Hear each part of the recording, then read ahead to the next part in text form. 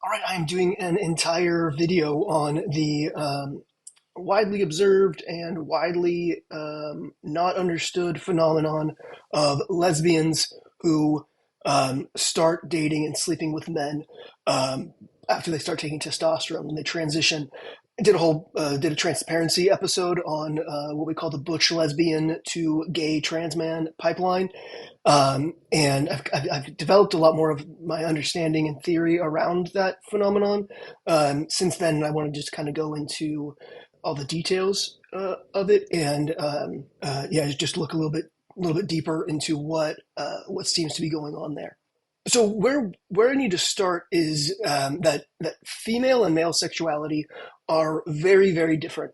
Early sexologists observing uh, females seeking transition, I believe, made an incorrect assumption that the females presenting who claim to be lesbians, or specifically often butch lesbians, um, the sexologists assumed that they were just like that female sexuality was like male sexuality, and that these women were exclusively and intensely attracted to women, and that was the source of their evident masculinity, and it made sense that this started back in like the 80s and got fairly common in the 90s. Originally, when they were first presenting, it was in the 80s, and yeah, these sexologists just assumed that these women were like the highly effeminate gay men. This is that femininity was uh, inextricable from their homosexuality, and it just kind of made sense socially for them to and romantically for them to live as the opposite sex. And the sexologists thought they were seeing the same thing with the lesbians who were coming in and seeking testosterone and surgery to blend in as men. So I believe in most cases, there were definitely women among them who were indeed just innately incredibly masculine, and that was the source of their homosexuality. They're kind of the old invert, where so these women definitely exist, where everything about them is just incredibly masculine. Um, and it just kind of makes sense that they would live as women. But that's not the majority of butch lesbians. That's actually a minority of butch lesbians. The majority of butch lesbians are not innately masculine. They're just regular women who, for the butch identity, serves some social purpose for them, and it's not always sexual either. That's another thing. So I'll get into it here. A lot of you can kind of see a lot of butch lesbians. They say they're butch, but it's purely aesthetic. There's nothing really about them that seems particularly masculine, apart from they've got short hair and a leather jacket or whatever. But it's just an aesthetic, and a lot of times, personality and demeanor wise, they are kind of they're not particularly masculine. Um, so the butch identity label was appealing to a number of different women for a number of different reasons. Um, it's also, until very recently, the only cultural explanation for for female masculinity. So if you're a female who feels comfortable presenting masculinely, the only cultural lens for that was you're a butch lesbian. I think that does masculine women immense disservice, because it funnels them um, into behaving and even forming relationships, um, just in the service of an identity, because that's the only one available to them. Um, so obviously we've seen that shift, but in a worse direction. Now those women are just trans, and that's certainly less healthy than the old butch explanation. But neither are accurate, and neither are fair for masculine women. Um, that we have just these, again, that the historic one and the current one. We need a better understanding and more acceptance for female expressions of masculinity. Um, so, okay, backing up. These these ones started going to, or butch lesbians start appearing in mass, especially in the 90s, seeking transition to live as men. And the sexologists had that assumption, right? That they just took the word from these women knew of themselves as butch lesbians because again, that's the only cultural offering they had. That's the only explanation for their masculinity or their more being more comfortable expressing themselves in a masculine way or dressing in a masculine way. Um, so they knew themselves to be butch lesbians. So it's not like they're lying when they go to the clinics and say that they're, but not at all. That was the sole explanation, but it didn't necessarily mean that they were um, again exclusively same sex attracted. And again, I don't believe most of them were because of what started happening after they started transitioning. Um, but unfortunately, this wasn't tracked very well. And so it's always been kind of a mystery as to why this started happening.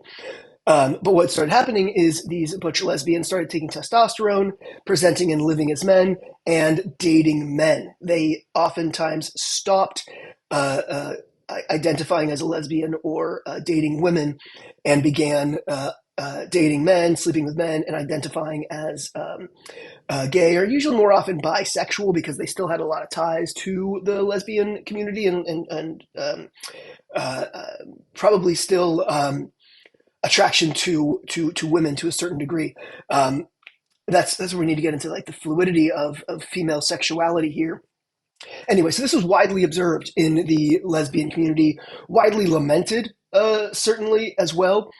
So again, why I believe that started happening is because their attraction to women, in a lot of cases, was another manifestation of their masculinity. Just like the short haircut and the leather jacket or whatever, the girlfriend was another expression of their masculine sense of self. So I'm not just saying like, oh, they used women as props. No.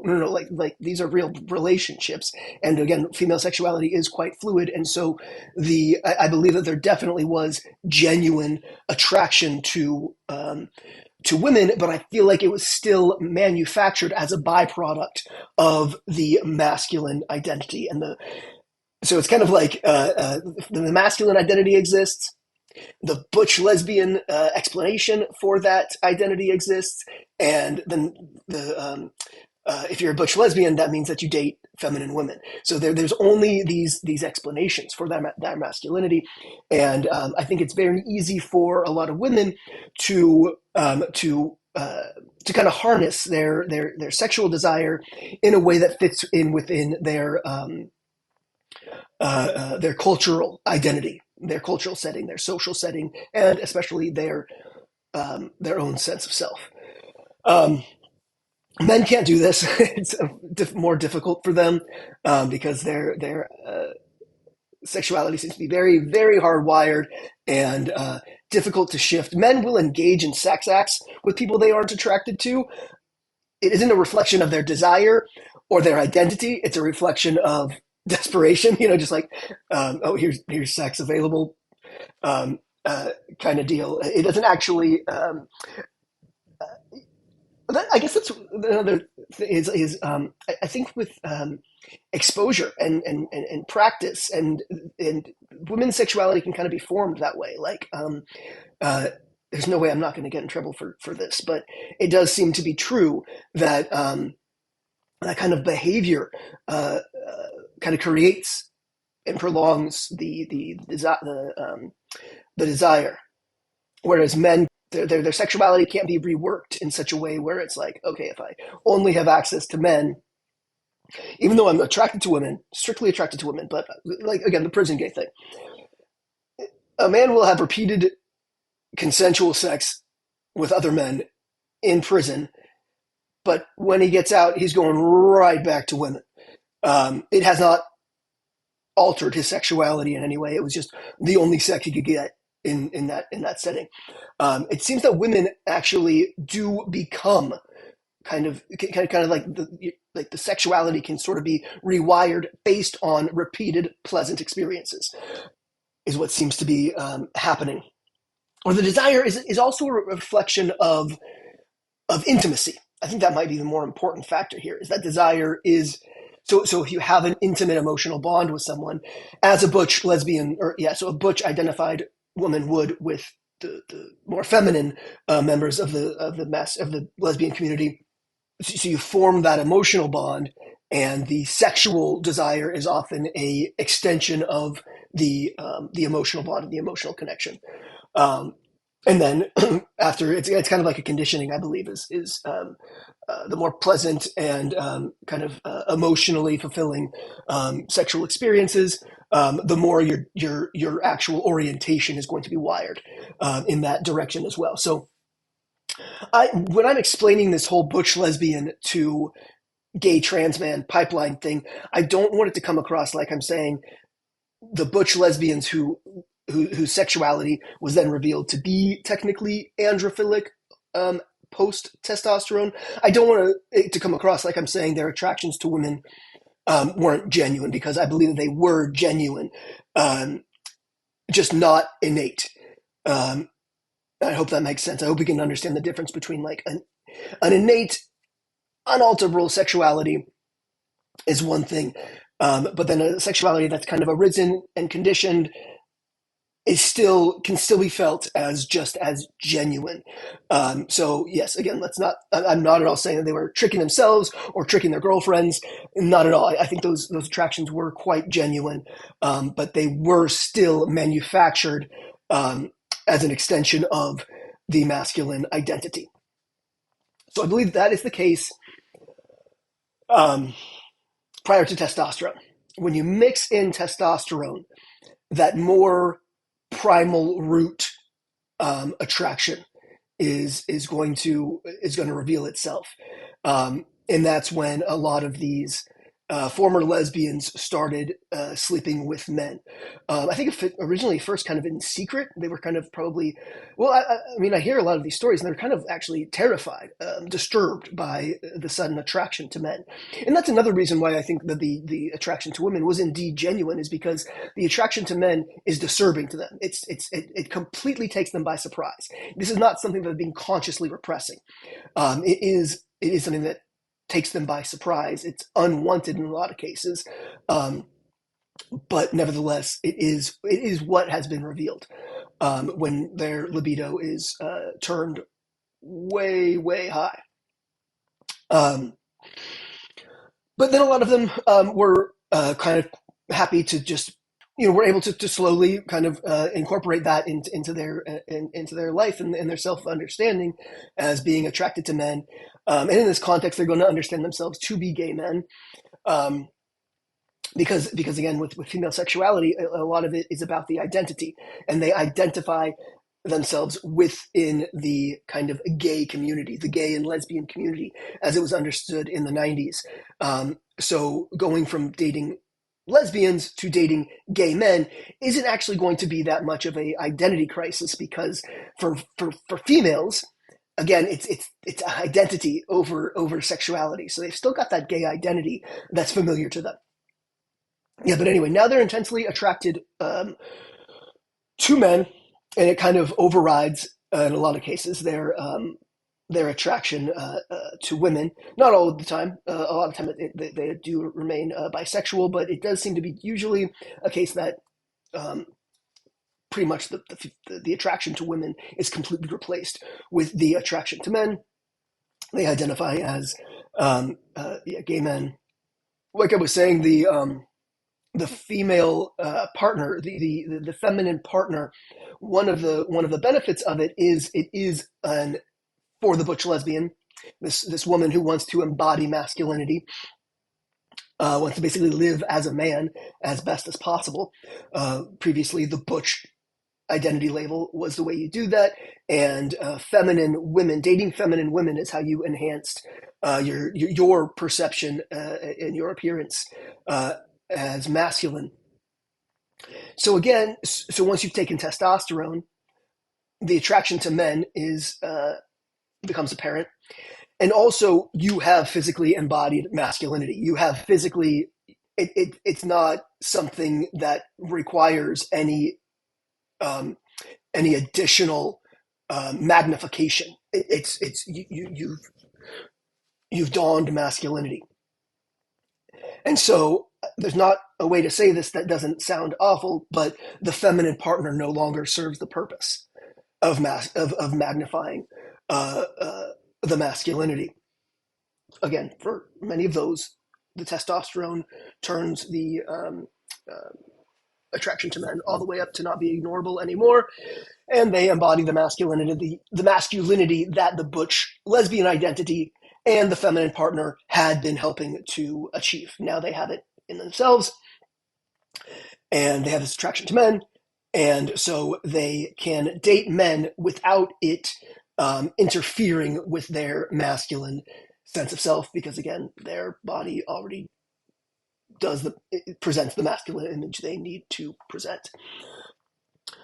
So why do some women um, identify so strongly with masculinity and feel that they need to embody masculinity when this isn't necessarily something innate to them, when it isn't actually a masculinization of the brain?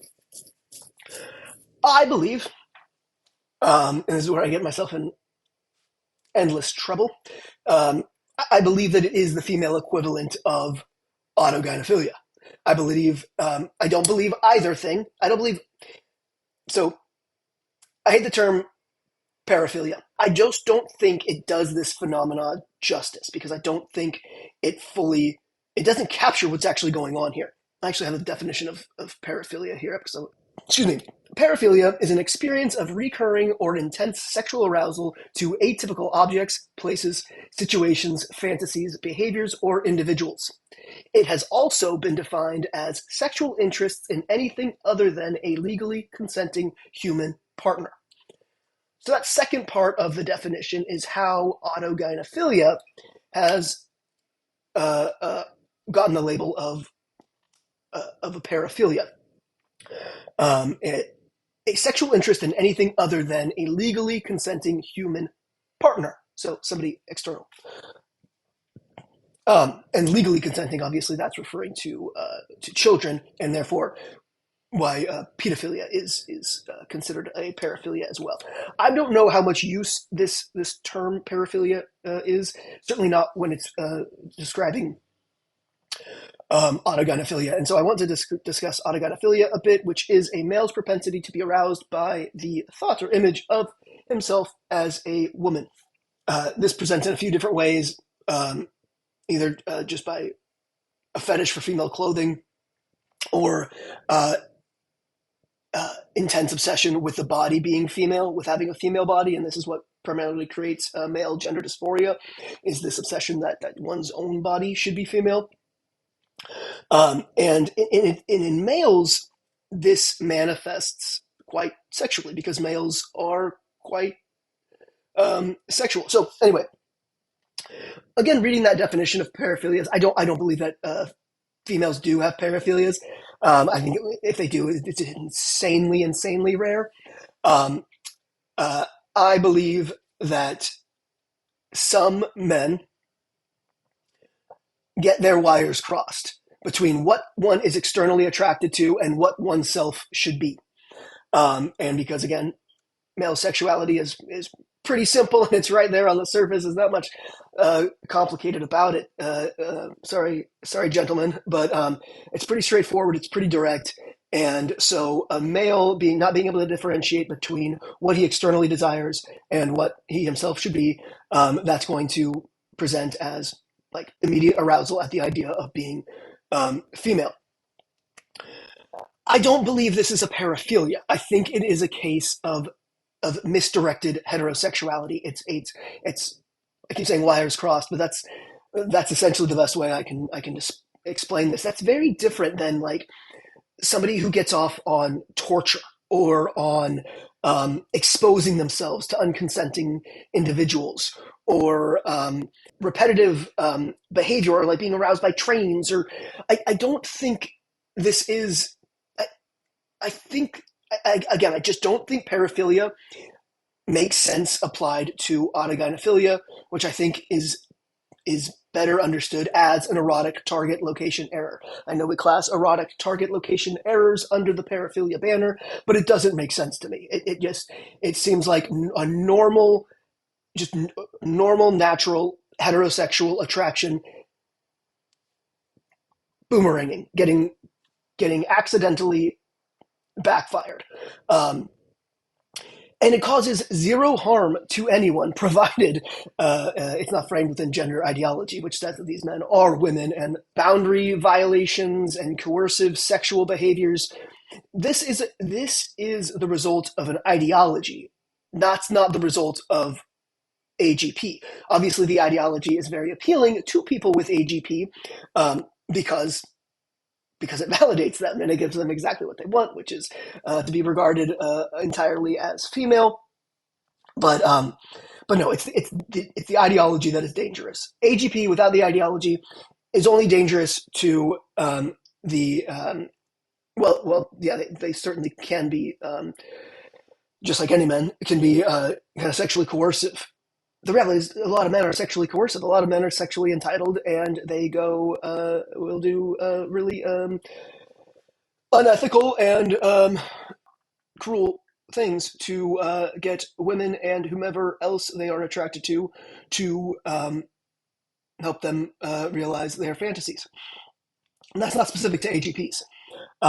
AGP in and of itself is just a male unable to decipher what he's externally attracted to and what he himself should be.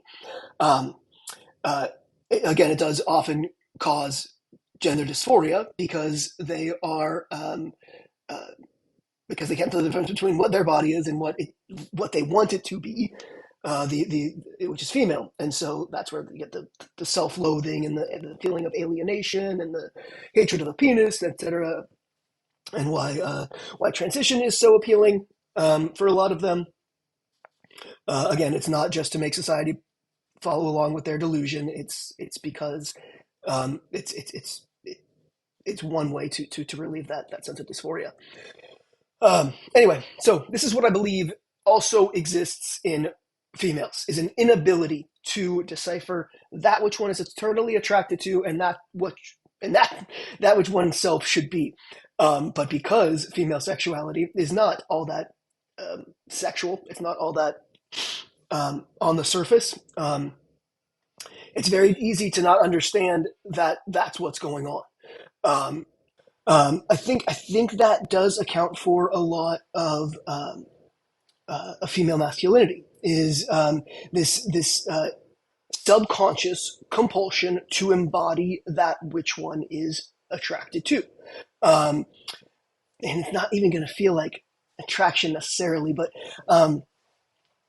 I think that's what's going on, is to embody masculinity, is to create in the self that which one is attracted to, and I think that's one major motivator for butch lesbianism. One thing I've learned since researching a lot of the sexology stuff, or really just kind of looking into the dynamics within the lesbian community and listening to a bunch of both lesbians and former butch so FDMs who used to be in the whole butch femme community. And what I learned from listening to them is just how performative the masculinity is. It's very just very, very performative. The one thing that struck me as very interesting is so there's misandry and feminism are kind of baked into lesbian culture. It's just sort of a given. And yet, the butches would often perform toxic masculinity. And this was apparently completely acceptable, or at least nobody objected.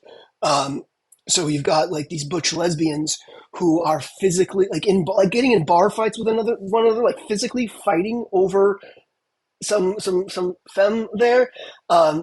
It's like just teenage cringy levels of performative masculinity, or women, butch lesbians, who would basically belittle and talk down to their girlfriends, like just straight up behave in misogynistic fashion as like way to embody or express masculinity. So it's really strange. So you've got this like this really anti-men mentality, and so it's like that's so they think of men as behaving this way, this kind of caricature of toxic masculinity, and it's a very feminist ethos of anti-men. But these butches who are then wearing masculinity essentially are performing that kind of really toxic, kind of worst case scenario male behavior. Um, but I think that the only reason that was ever tolerated inside this feminist series, like a feminist essentially community of lesbian women, is because the male performance was intrinsic to the sexual dynamic. And I think that's, again, I'm saying a lot of things in this video people aren't going to want to hear, but I think that's especially something that people aren't going to want to hear, is I think that toxic masculine performance of the butches within the butch femme dynamic was often accepted because it was an unspoken extension of the sexual dynamic. Getting to the sexual dynamic, a lot of butches are what's known as stone butches, which means they cannot, they don't allow their partners to touch their genitals, so they don't have direct stimulation, and they only like wear a strap on for sex. So that's an intrinsic part of like the butch femme dynamic. Pretty much, is the butch is the top and the femme is the bottom, and it has this pretty clear like heteronormative, let's say, sexual dynamic.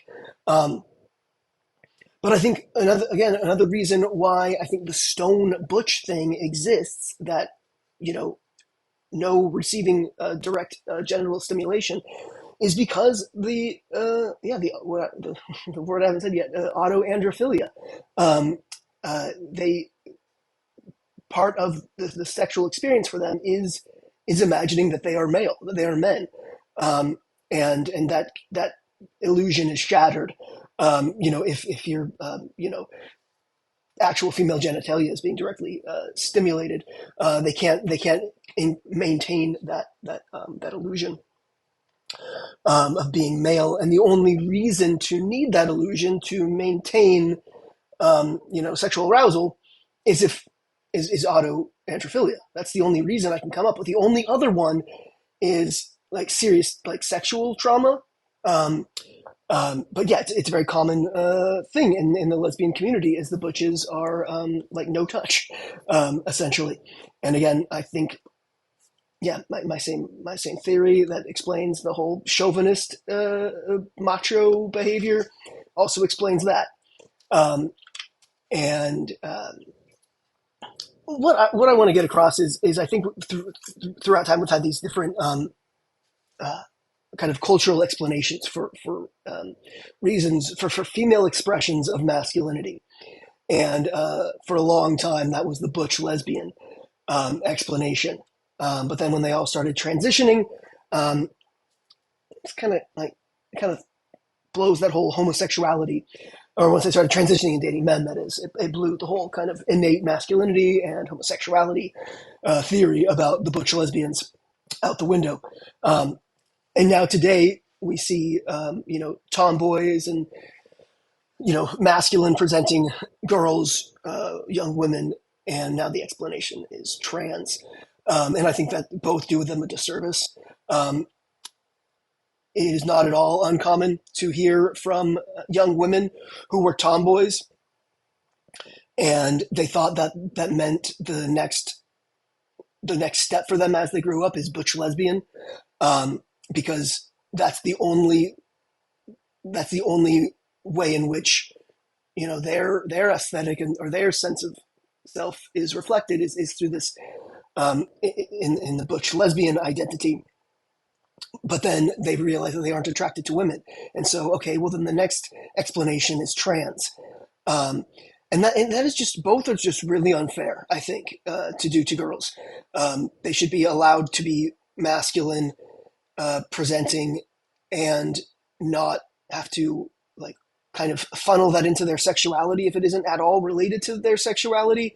Um, and they certainly shouldn't have to be medicalized to present as male. We need to have, or we need to accept that tomboys. That's another thing that a problem I have in the GC, with the GC community, is this idea that tomboys are going to grow up to be lesbians. That's not true. It was only so often true in the past because that was the only cultural designation they had to go to. So that's what they did. They became butch lesbians. But it's not, their tomboyishness was not necessarily an indication of their sexuality at all. I think those two are often completely unrelated, in females. But yeah, we need to accept that some girls can be tomboys and grow up to be straight. If we look at this from, just a realistic standpoint, that's most likely what's going to happen. If she's not told that her masculinity means that she's a lesbian, or that her masculinity means she's trans, it almost feels like there's a bit of grooming involved here in this assumption that it's well-meaning entirely. They want, like, tomboyish girls to know that they don't have to be trans, that being that transition isn't their future. But people also need to understand that homosexuality also isn't likely that girl's future either. Again, it was just what was culturally on offer in the past. And yeah, neither of those two things have to be the solution. She can be masculine. She can have she can be a tomboy. She can have a masculine aesthetic, and still grow up to date men, and maybe marry a man, maybe have children. That doesn't need to be assumed off limits because she wears basketball jerseys and wants a short haircut. Like, even at 15, 16, like, it doesn't have to mean anything about her future. Yeah, it's really important to me that girls know that they don't have to be one or the other, trans or a lesbian. When again, likely neither of those are the reality for her. So to recap, like trans, butch is not one thing. It appeals to different women for different reasons. Just some of those reasons are that they are already naturally masculine and already attracted to women. They are what people assume to be the masculine, aka butch lesbian, but they're actually a minority within that designation. And the other portion are what I described mostly in this video, is that autoandrophilic, the what I consider autoandrophilic, again, not a paraphilia, but a confusing what one is attracted to and what one themselves should be, and then embodying that. And that leads to same-sex attractive behavior because you're embodying the masculine, etc., etc. Already explained. Another person it appeals, or not necessarily appeals to, it just sort of grabs like a net, is the tomboy. So this isn't someone who is necessarily attracted to women, isn't necessarily even embodying that whole external attraction thing. Not autoandrophilic is what I'm saying. Just somebody who has a tomboy aesthetic. And as you get older, there's one designation again for that, is butch lesbian, at least historically. And so it's just kind of like, okay, I guess that's what I am. I think males will have a really hard time relating with that concept, but it does indeed happen. Um, Another one, sadly, is abuse at the hands of men. Just like currently now, a lot of girls are using trans and medicalization to alter their bodies to not be appealing to men, as a means of kind of insulating themselves against repeated abuse. Um, the butch lesbian identity also did the same thing in the past, to kind of like wear a masculine armor, um, uh, sort of deal. Again, not a rosy picture, but again, those two classifications solve that problem, or at least they attempted to. That was the intention. Yeah, so that's kind of what I've gleaned. There could be many more motivators, just like with trans. There's many more motivators, but these are just the major ones that I've kind of observed looking at this historically. All right, thanks for watching. Look forward to comments, including criticism. Yeah, thanks so much.